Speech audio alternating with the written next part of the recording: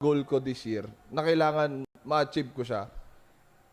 Not by telling you to subscribe on my channel, but instead by creating quality contents na makakapagpa-subscribe sa inyo. 'Di ba? Yun yung same reason kung bakit never nyong ang baga ang Team Payaman never nyong nakita nag-clickbait eh.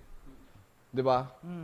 Actually ako, hindi nyo ako nakita nag-click. Sino kausap mo? Si Grab kasi, yung Grab user ho kasi namin. Live po kami may Grab po kasi sa labas.